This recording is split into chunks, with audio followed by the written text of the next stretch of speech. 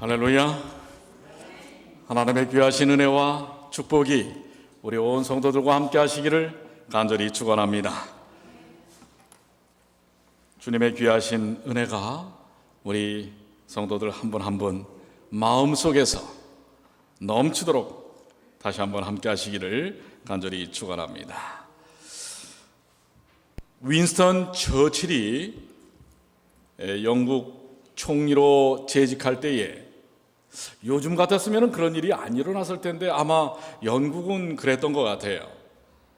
이제 의회에서 총리 연설을 하기 위하여 가는데 요즘 같으면 에스코트가 다 있었을 텐데 아마 그렇지 않았던 것 같아요. 아마 전쟁 중이었는지 그냥 시간이 급해서 이 총리 차가 쏜살같이 달려가는데 그만 신호 위반을 하고 말았습니다. 그랬더니 교통경찰이 딱 나오더니 차를 탁 잡았어요. 그리고서는 창문을 여는 운전기사에게 신호 위반입니다 라고 얘기를 하는 겁니다. 그랬더니 이 운전기사가 이봐요, 이거 총리님 차입니다. 자, 여러분들 이런 상황이면 여러분이 경찰관이라면 어떻게 하시겠습니까? 어떻게 하시겠어요? 티켓을 끊겠습니까? 그냥 경례서를 탁 붙이고 보내드리겠습니까? 우리 이명숙 집사님은 법대로 하신대요. 강심장이십니다.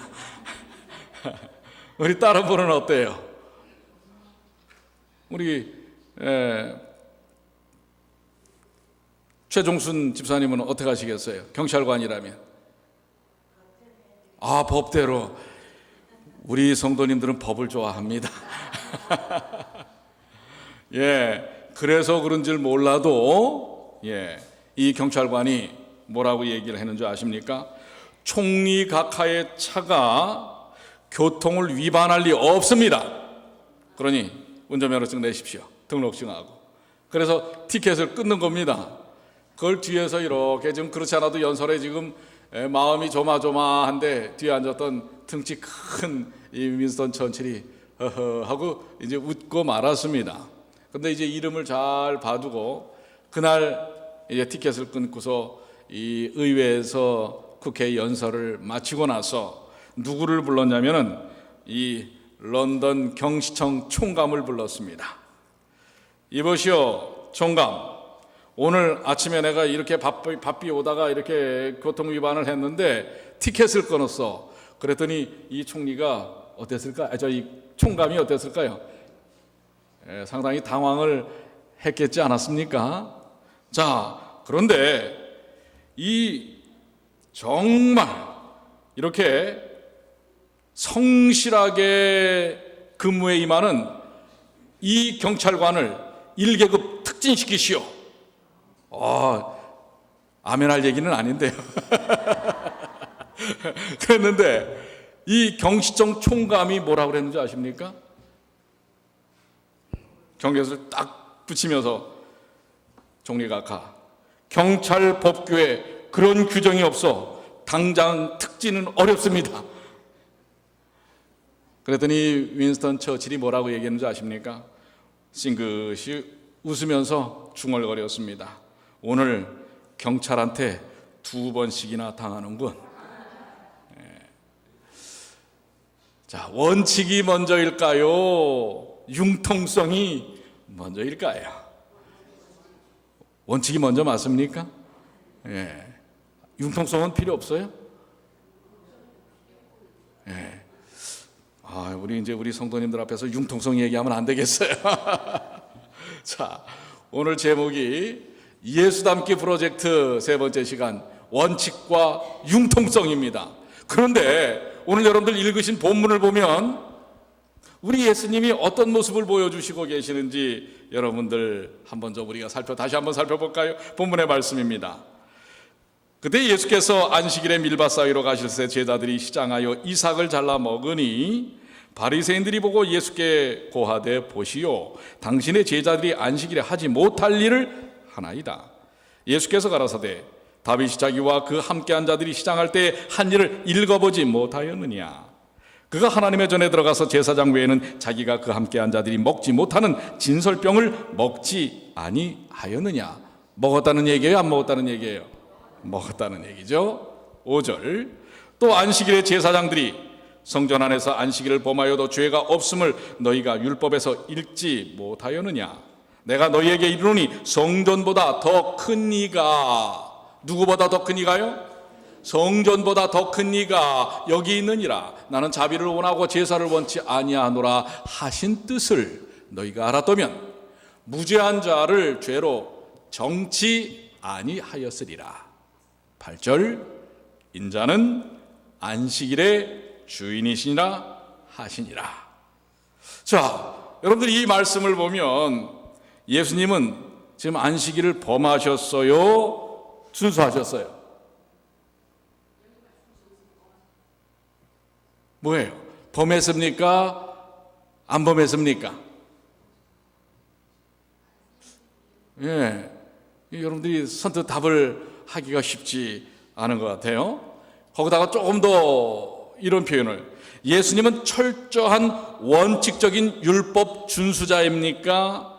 아니면 때론 매우 포용력 있는 유용성 있는 실용주의자이십니까? 말이 기니까 더 헷갈려요. 예. 자, 그러면 예수님은 보수적인 분이십니까? 진보적인 분이십니까? 예. 그것도 이렇게 대답하기도 뭐하고 저렇게 대답하기도 뭐합니다. 자, 그 결론은 여러분들 오늘 말씀의 말미에서 결론 짓기로 하시고요. 이 사건, 마태복음 12장 1절로 8절의 이거 사건입니다. 이건 사실은 상당히 큰 심각한 사건이에요. 자, 여러분 보시면은 아시는 것처럼 그때의 안식일에, 여기서 말하는 이 그때에라고 하는 말은 여러분들 이제 이삭을 까불어 먹었다는 것을 미루어 보아 예수님께서 이 바로 돌아가시기 직전의 유월절은 아니고 그 전 1년 전 제4월의 유월절과 미일 추수를 기념하는 77절, 지금으로 말하면 지금 시즌입니다. 5, 6월, 태양력으로는 5, 6월쯤 되는 이제 뭐 우리 비슷한 이런 시즌, 어느 안식일이었습니다. 본문에서 언급된 것처럼 무슨 문제 때문에 지금 시비가 걸린 거예요? 안식일에 제자들이 뭘 해먹은 거예요? 예, 이삭을 까불어 먹은 것입니다. 이것을 가지고 지금 이제 바리새인들이 어떻게 한 거예요? 2절에 보니까 누가 보고? 바리새인들이 보고. 근데 이 예수님을 바리새인들이 그냥 어떻게 하다가 우연히 본 게 아니에요. 바리새인들은 지금 누구를 지금 호시탐탐 노리면서 쫓아다니고 있어요? 예수님을 지금 호시탐탐 노리면서 쫓아다니면서 그 한순간의 동작이 아니라 지속적인 관찰의 의미를 여기 바리새인들이 보고라고 하는 이 보고의 의미에는 그렇습니다. 아주 뭐예요? 눈초리를 세워서 칼끝 같은 눈초리로 예수님의 머리를 항상 예의 주시하고 있었던 찰나에 얼터구나 뭐예요? 덜미를 잡은 것입니다. 그들은 여기서 그들이 인식하고 있는, 인지하고 있는 율법을 어떻게 사용하고 있어요? 예수님과 사실은 예수님의 제자들을 지금 정죄하는 것 같지만은 지금 누구를 타겟으로 두고 있는 거예요? 예수님을 타겟으로 두고 있는 거예요. 예수님을 그들의 율법으로 어떻게 하는 거예요?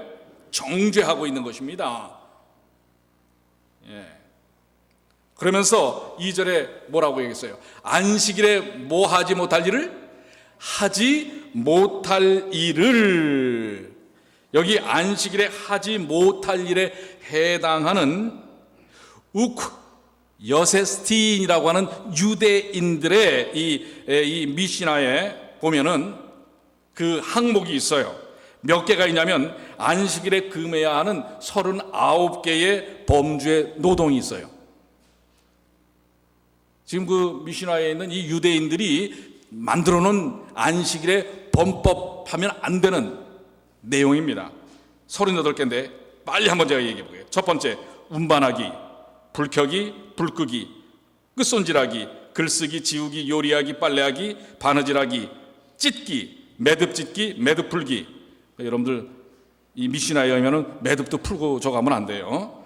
예. 모양 만들기, 쟁기질하기, 심기, 거두기, 추수하기, 타작하기, 키질하기, 고르기, 채질하기, 빻기, 반죽하기, 빗질하기, 실 만들기, 염색하기, 닦기, 배짜기, 피륙짜기, 실 풀기, 건축하기, 부수기, 덧놓기, 털 깎기, 도살하기, 가죽 벗기기, 햇볕 조이기, 광내기, 표하기, 시장하여 안식일에 이삭을 잘라 먹는 제자들, 이 39가지 중에 몇 개가 걸리는 줄 아세요? 몇 개가 걸려요? 거두기, 타작하기, 키질하기, 고르기, 최소한 39개, 4개 이상이 걸려요. 그러니까 그들이 말하는 안식일에 하지 못할 일에 덜미가 잡힌 것입니다. 그랬더니 예수님께서 뭐라고 말씀하세요? 예수님이 변증을 하십니다. 자, 근데 여러분들 이게 우리가 예수님을 율법 준수자인지 아니면 아주 진보적인 실용주의자인지 율법을 조금은 좀 벗어난 그런 것으로 봐야 할지. 자, 여기 3절 보시면 다윗이 뭐 할 때? 시장할 때에. 자, 이것은 사무엘상 21장 1절로 6절에 나오는 사건입니다. 다윗이 요나단의 도움을 받아서 자신을 죽이려던 사울을 피하여 호위병 몇 명과 함께 도망가다가 노베에 있는 하나님의 아주 이제 뒤에서 막 그냥 죽이려고 쫓아오니까 도망가고 하다가 아주 허기지고 지쳐 있는데 노베에 있는 어디예요? 하나님의 전에 들어가 제사장 아히멜렉이 주는 그 성전에 있는 거룩한 떡을 얻어 먹습니다. 그런데 이 일은 제사장만이 그 거룩한 떡, 즉 12개의 떡이 있죠. 이 떡은 제사장들만이 먹을 수 있어요. 그게 모세율법 레위기 24장 5절로 9절에 나오는 건데 이것을 위배한 행위가 됩니다. 그럼에도 불구하고 제사장 아히멜렉은 그걸 다윗에게 주고 다윗은 그런 내용을 알면서 또 그걸 어떻게 해요? 받아 먹었다고 하는 것입니다. 첫 번째 예수님께서 드시는 예고, 두 번째는 5절에 있는 말씀이에요. 5절에 있는 말씀을 통해서 제사장들이 성전 안에서 안식을 범하여도 다윗의 안식일 예외 조항에 이어서 두 번째 예외 사례는 안식일법은 출애굽기 20장 8절 10절과 신명기 5장 12절 15절에 근거를 둔 것인데요. 제사장들은 안식일에 일을 해도 제사를 위한 일을 해도 어떻게 해요? 그게 안식일을 뭐한 것이 아니다? 범한 것이 아니다. 즉 제사장들은 아무 일도 할 수 없도록 규정한 안식일 규례에도 불구하고 성전 안에서 매 안식일마다 의식을 향하기 위하여 진설병을 대체시킨다든지 수양 둘을 희생제물로 드린다든지 이런 일들을 했단 말이에요. 이것은 안식일을 범한 것이다 아니다? 예수님은 아니라고 말씀을 하시는 것입니다. 문제는 제사장들이 성전 안에서 안식일 규정을 범한 것과 안식일의 제자들이 이삭을 잘라 먹은 행위가 어떤 연관성이 있느냐 이거예요. 제사장이 안식일에 제사를 위해서 드리는 행위와 이 제자들이 이삭을 잘라 먹은 행위가 비견될 수 있는 행위인가? 6절에 우리가 거기에 대한 힌트를 얻을 수가 있어요. 뭐라고 말씀하고 있어요? 내가 너희에게 이르노니 무엇보다 성전보다 더 큰 이가 여기 있느니라. 이게 여러분들 조금 전에 제사장이 안식일에 제사를 위하여 행했던 행위가 범죄가 아닌 것처럼 제자들이 안식일날 이삭을 까불어 먹었던 일이 어떻게 연관이 되고 있다고요? 그 제사를 위한 성전에서 이루어진 일보다 더 큰 이가 어디 있다? 여기 있다. 그렇습니다. 성전은 안식일보다도 더 크고 예수 그리스도는 성전보다도 더 크신 의미가 있음을 이야기하고 있습니다. 이는 복음서에 기록된 예수님의 율법의 이해에 의해서도 알 수가 있습니다. 율법은 누구를 얘기하는 거예요? 누구 자신을 설명하는 거죠? 사실 율법의 본질이 뭐예요? 예수 그리스도요, 예수 그리스도의 구속 사역을 설명하는 게 사실은 율법의 본질입니다. 그리고 그뿐만 아니라 율법은 비로소 누구를 통해서 완성됩니까? 누구를 통해서 완성되죠? 예수 그리스도를 통해서 완성된다는 것이 사실입니다. 이것을 예수님이 인용을 하시는 거예요. 율법을 주시고 만드신 분이 율법을 파괴하실까? 율법을 범하실까? 근데 여기 여러분들이 오해해서는 안 되는 것이 있어요. 예수님은 사실 율법의 본질이면서도 율법을 만드신 분인데, 그래서 예수님은 율법을 범해도 죄가 안 되고 사실 패하셨는가? 그래서 하나님께서 만드신, 즉 예수님께서 만드신 율법을 무시하고 깡그리 깨트려 버려도 되는가? 여기에 대한 이해가 분명해야 합니다. 오늘 여기를 보면 예수님은 율법을 상당히 이렇게 무시하고 넘기신 것처럼 느껴질 수도 있고, 그래 뭐 율법이 필요하냐 라고 오해할 수가 있단 말이에요. 그런데 여러분들, 이 오해를 여러분들이 일단 첫 번째 오해, 예수님은 율법을 무시하거나 깨트리셨다라고 하는 오해를 일단 접으셔야 됩니다. 왜냐하면 예수님이 보여주신 모습, 그래서 안식일은 아무렇게나 보내도 된다. 자, 이 예수님이 이렇게 해서는 안 되는 일들을 했으니까 안식일은 아무렇게나 보내도 된다라고 하는 이런 오해는 우리가 또 벗어야 돼요. 즉, 여러분들 이사야 48장 13절로 14절에 말씀하신 분도 사실은 예수님이에요. 하나님이십니다. 만일 안식일에 내 발을 금하여 내 성일의 오락을 행치 아니하고 안식일을 일컬어 즐거운 날이라, 여호와의 성일을 존귀한 날이라 이를 존귀히 여기고 내 길로 행치 아니하며 내 오락을 굳지 아니하며 사사오른 말을 하지 아니하면 내가 여호와의 안에서 즐거움을 얻을 것이라. 내가 너를 땅에 높은 곳에 올리고 내 조상 야곱의 업으로 기르리라. 여호와의 입의 말이니라. 이게 지금 이것도 여호와이신 예수님께서 하신 말씀이에요. 그러니까 우리가 이 앞에 있는 말씀을 가지고 잘못된 또 오해를 하면 안 돼요. 안식일을 아무렇게나 보내도 된다라고 하시지는 않았어요. 예를 들어 시장 보고 TV 보고 빨래하고 친구 만나 카페 가고 장사하고 뭐 괜찮아 나 예배 드렸으니까 하고 다 하라는 얘기는 아니라고 설명을 하고 있어요.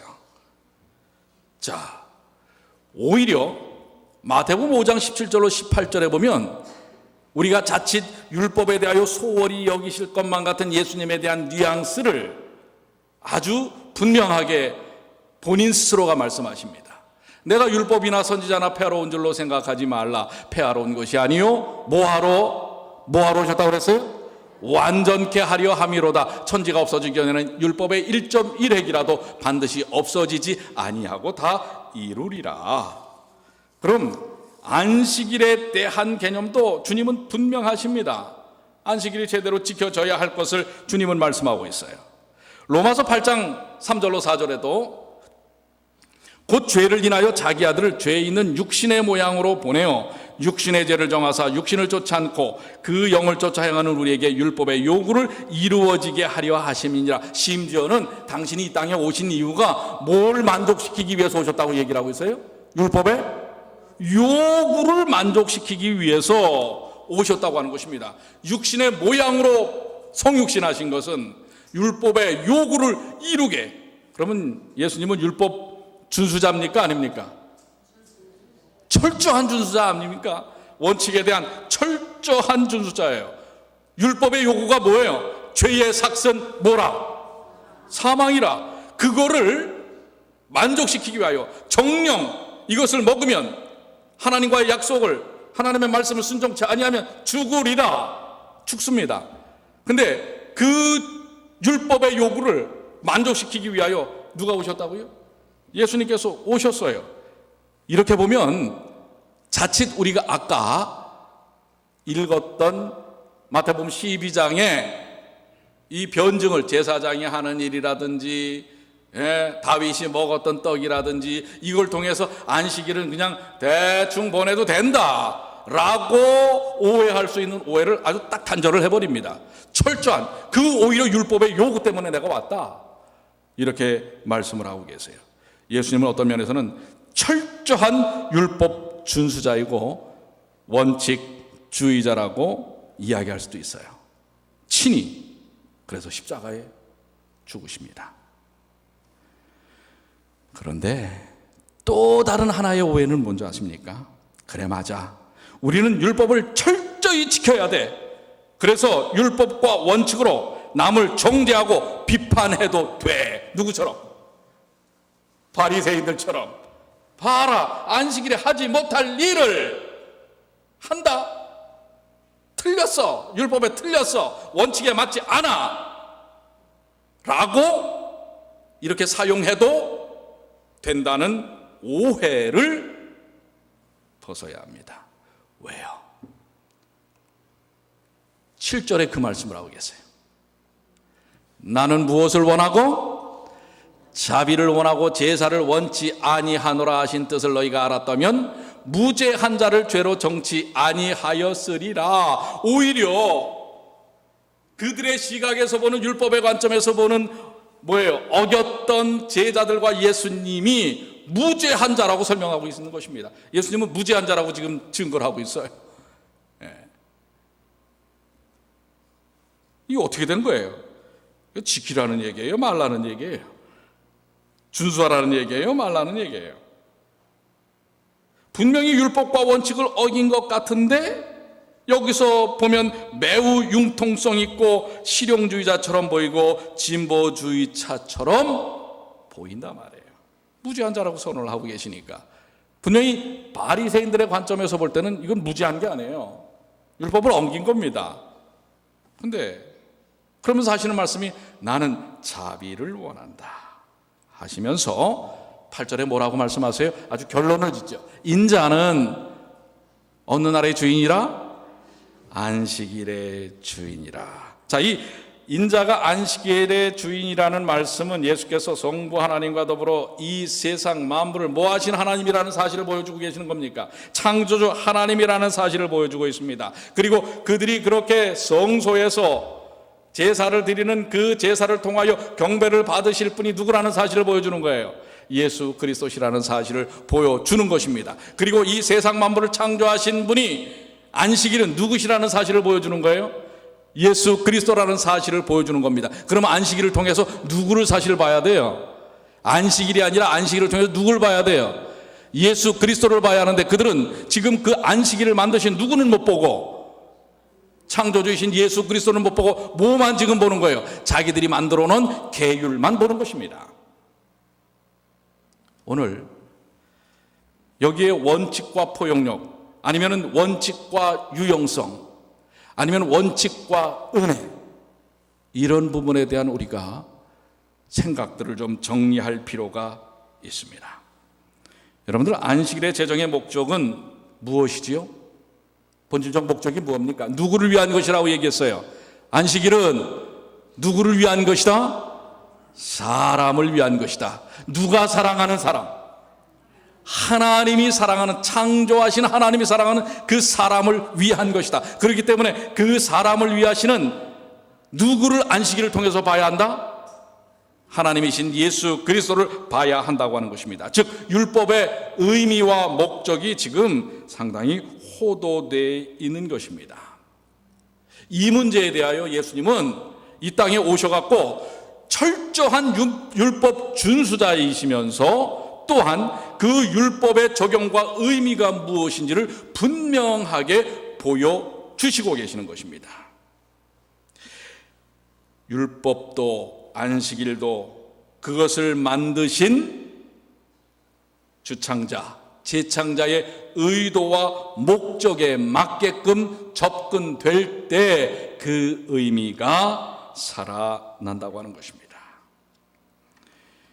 여러분들, 현행범으로 정말 빼도 박도 못하는 경우에 있는 형편을 가졌던 간음하다가 붙잡힌 여인, 이건 진짜 현행범입니다.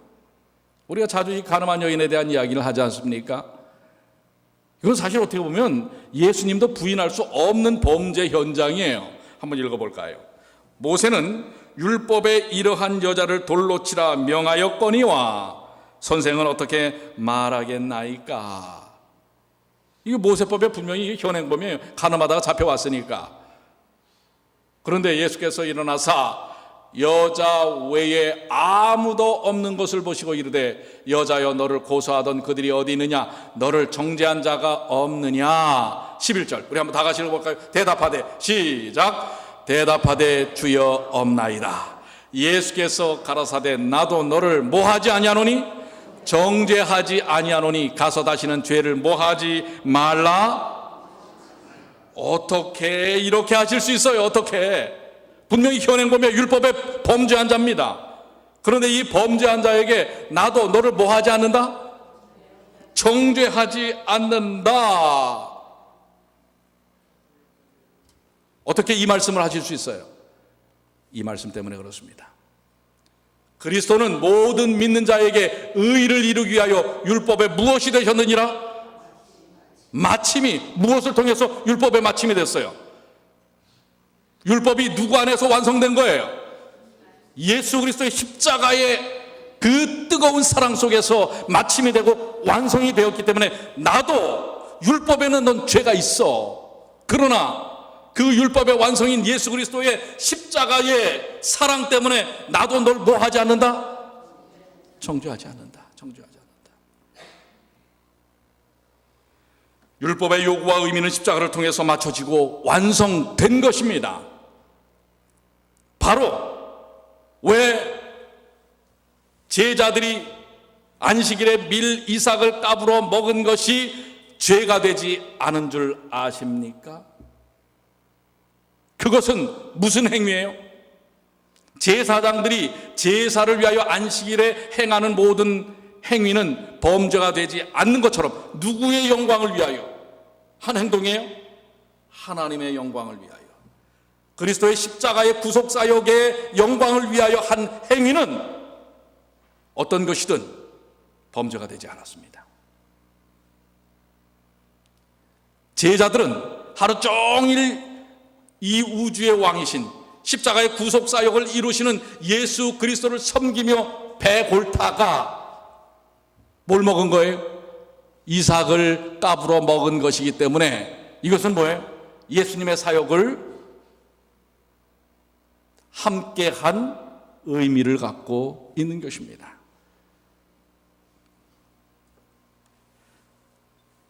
로마서 13장 10절, 조금 전에 율법의 완성이라고 그랬죠.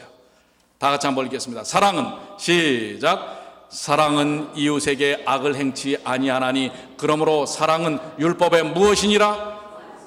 근데 이 사랑은 누구 사랑이에요? 뭐 남자 여자 사랑이에요? 누구 사랑이에요? 예수님의 십자가 사랑이 바로 율법의 완성이라고 하는 것입니다. 그래서 은혜라고 하는 거예요. 죄지만 죄가 아니라 말이에요. 그런데 죄가 아닌 그것을 여러분과 제가 그리스도의 은혜 가운데서 하고 살 때 하나님의 영광이 드러나는 것입니다. 우리는 두 가지 오해에서 벗어나야 합니다. 은혜 아래에 있기 때문에 죄를 지어도 괜찮다라는 착각과 율법에 의해서 정죄해도 좋다라는 착각. 우리는 예수님의 모본을 따라야 합니다. 예수님은 철저한 율법 준수자로서 율법의 적용을, 그런데 주님이 보여주신 이 말씀 속에서 철저한 율법의 준수는 율법을 대한 태도는 어떤 것이었냐면 율법에 대한 태도는 철저하게 자신에게 방향성을 갖고 있다는 것입니다.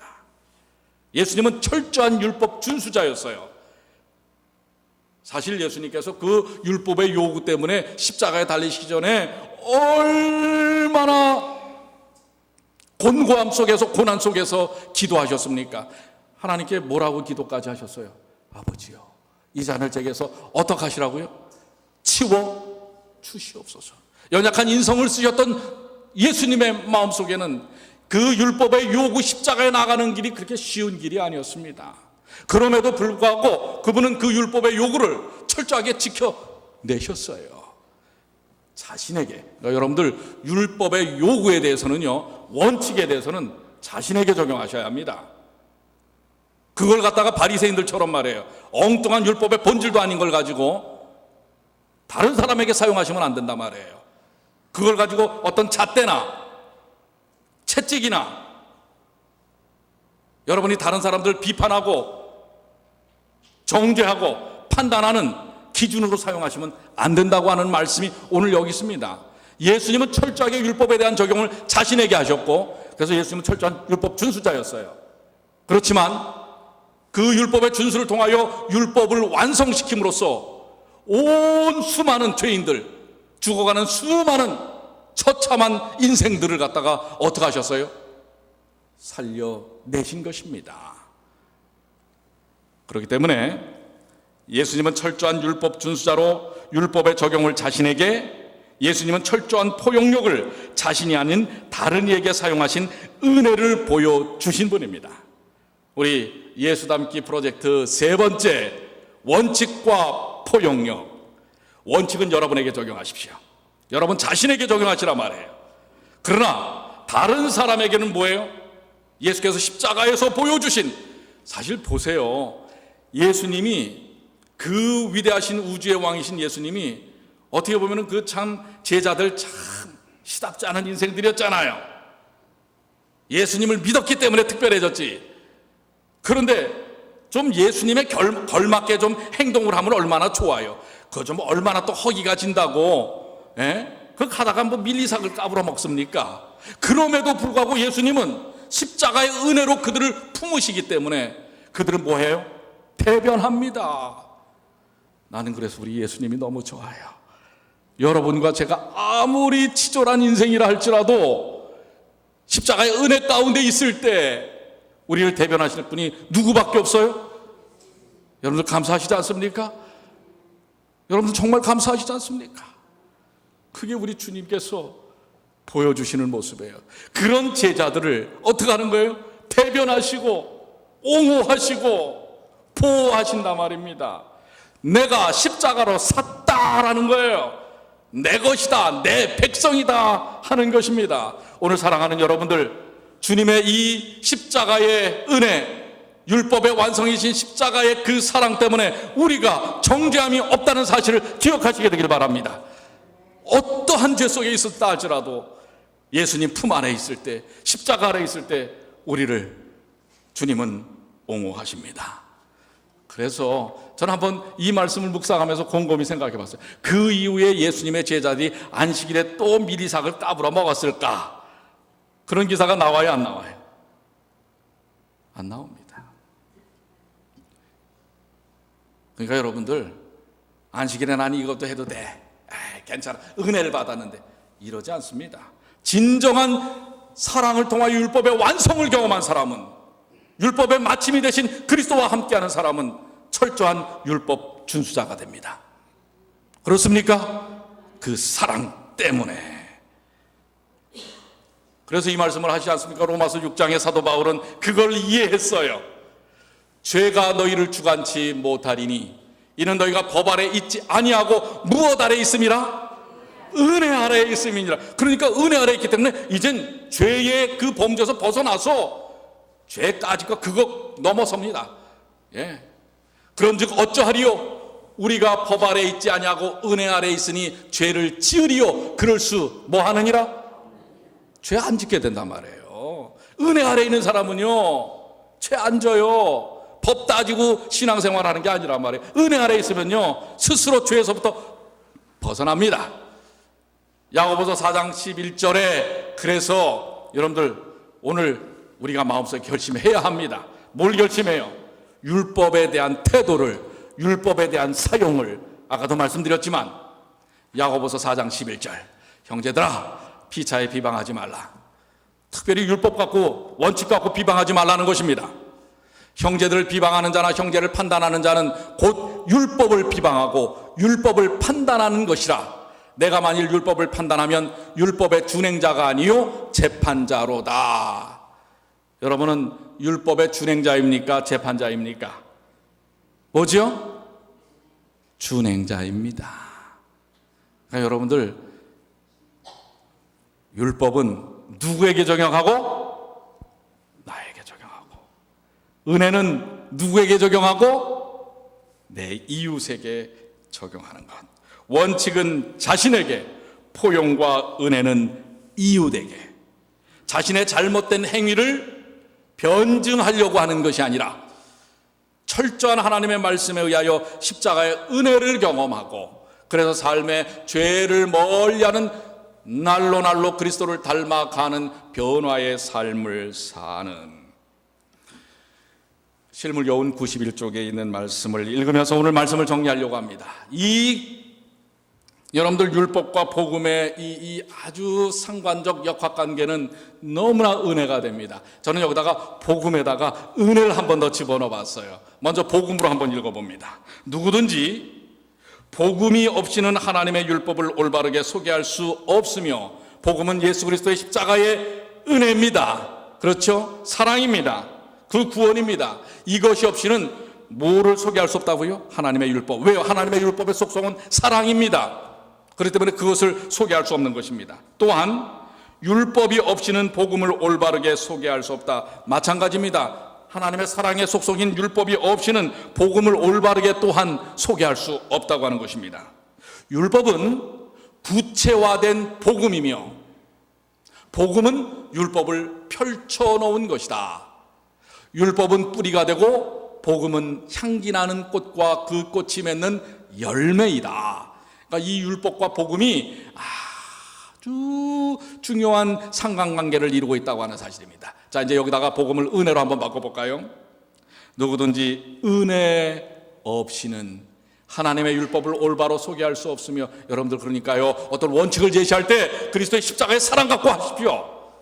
그 사랑이 없이는요 아무리 근데 사실 하지도 마세요. 한다고 하는 게 뭐예요? 항상 우리에게는 뭐예요? 은혜가 되질 않으니까. 또 뭐예요? 또한 율법이 없이는 은혜를 올바르게 소개할 수 없다. 율법은 구체화된 은혜이며 은혜는 율법을 펼쳐놓은 것이다. 율법은 뿌리가 되고 은혜는 향기나는 꽃과 그 꽃이 맺는 열매이다. 오늘 이제 우리 주님 곧 오실 것입니다. 우리가 이 땅에서 어떤 변화를 경험해야 할까? 누구를 닮아야 할 것인가? 예수님을 닮아야 합니다. 예수님을 닮으려면 철저한 우리는 원칙을 자신에게 적용하고 또한 그 놀라운 원칙 율법을 완성시킨 그리스도의 십자가의 은혜, 우리가 찰나서가 아니라 그분의 전적인 사랑의 은혜를 경험하는 일을 통하여 그래서 그런 제자들이라 할지라도 옹호하고 지지하고 보호하고 끝까지 책임지는 예수 그리스도 때문에 우리가 구원의 역사를 경험하는 것, 그것을 기억하시면서 날마다 주님을 사랑하시고 주님을 닮아가시고 우리의 이웃들을 사랑으로 대하는 예수 그리스도를 닮아 자신은 철저한 율법과 원칙 준수자로 다른 이에게는 유연성 있는 십자가 사랑으로 대하는 이러한 사람들, 그런 사람들이 그리스도인입니다. 그리고 바로 주님을 기다리는 재림신앙인이요 오늘 이 자리에 있는 여러분과 저인 것입니다. 오늘 원칙과 유용성, 이 말씀들을 다시 한번 마음속에 새기고 이번 한 주 더욱더 풍성하신 주님의 사랑 속에 다시 한번 성장하는 주의 귀한 자녀들이 되시기를 간절히 축원합니다. 우리 다 같이 일어나셔서